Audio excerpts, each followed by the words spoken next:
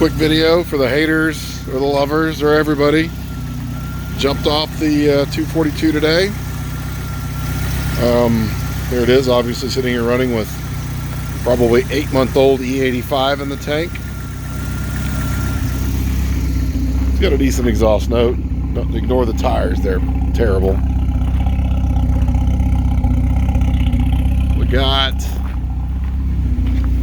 I've been doing a lot of work around the shop, so a lot of this sprung from that.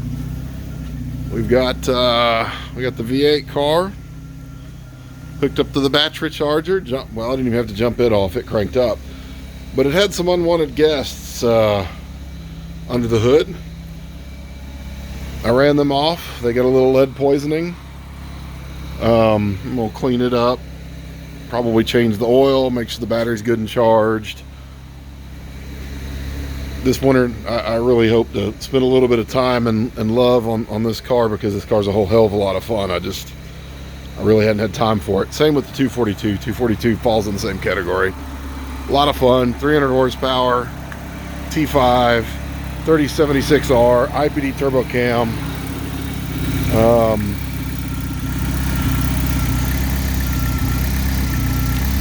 Custom intercooler that I designed and Go Auto Works made for me. Obviously, we've still got the air conditioning stuff still on the car. It doesn't work yet. Neither does the heat, unfortunately, which is part of the reason why I don't ever drive this car, but I plan to fix that. That was on the list for last year, but it's coming around this year.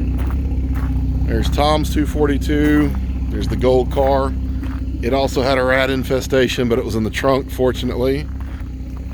And they didn't, I think the ground wire got chewed off or something is what it looks like. Huge pile of shit over there, so we're going to pull all the carpet out.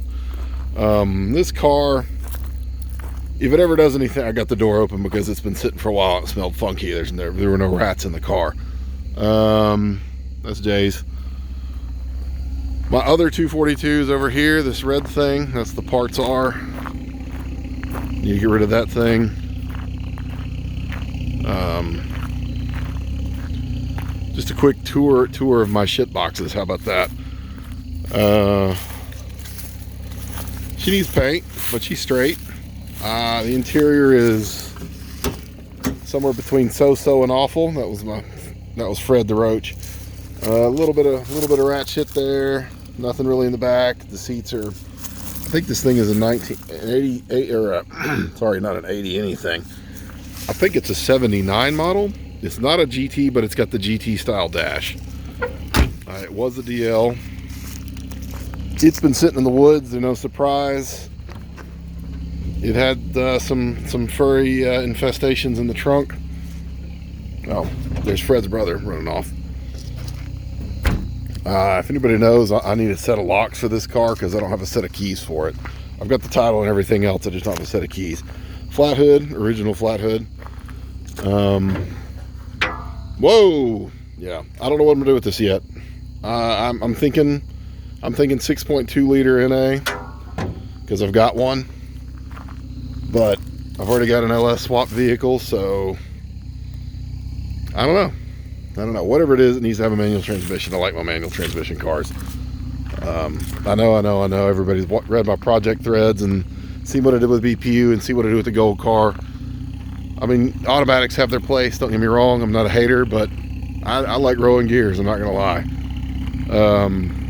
So yeah, it's the state of the onion. I put a new battery in Project BPU today. It's snuck that one in under the radar. Got lucky at Costco. It was still under warranty by like 4 days. If you look through the woods past Tom's piece of shit in Project R, you can probably not see it at all from here, but it's over there in the driveway. I will probably hook the 242 up to the battery charger. It was pretty well dead. If the green wagon's cleaned up, not cleaned up, but charged up. And probably tonight, run the vacuum, get all the rat shit out from under the hood of the green wagon, everything else, and I might even work on Kent's Corvette. That's what's up in the air there. The C4 Segway, if you will. But yeah, we're cleaning up around the fucking shop. Ton of space, more room for activities.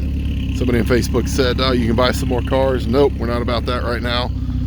Honestly, what I'd like to do is clear everything out over here. I've mowed behind the shop, which is, you use the term loosely because there's small trees and stuff back there. I used and abused my zero turn behind the shop is what I did. And we're going to cut some trees down, and I think I'm going to put a 20-foot lean-to back there so that I can park all my cars in the shade so that the rats won't get too hot in the summertime when they infest my shit, motherfuckers. And yeah, that way I have all this whole area up front and over here.